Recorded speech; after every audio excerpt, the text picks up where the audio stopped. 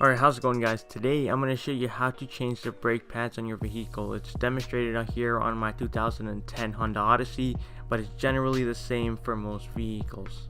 The first step is to take off the wheel. So on the ground you would break each bolt, and then you would jack up the vehicle and remove the bolts all the way.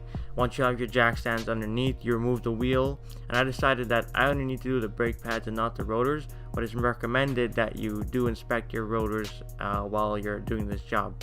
If your rotor looks bad like this, you're going to want to change it out as well, but mine looks pretty decent and it's not giving me any wiggling type problems whenever I brakes.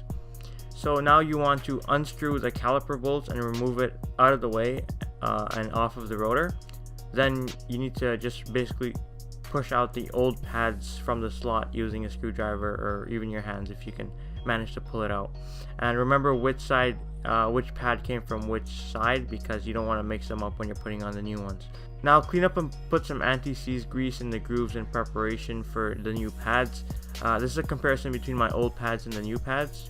Since the old pads are much thinner than the new ones, the piston is a little more pushed out than it's supposed to be.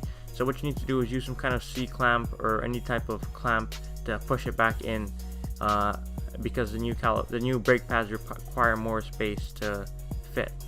Make sure that you torque down all the caliper bolts back to specifications from the factory. Some mechanics just go to like 2 uggas on their impact wrench, but I'd say just use your correct torque spec if you're not a professional mechanic. So now that it's done, you can put back on the wheel and your job is basically done for the pads alone. The rotors is just a little more work than the pads, but it's altogether it's not really that hard of a job.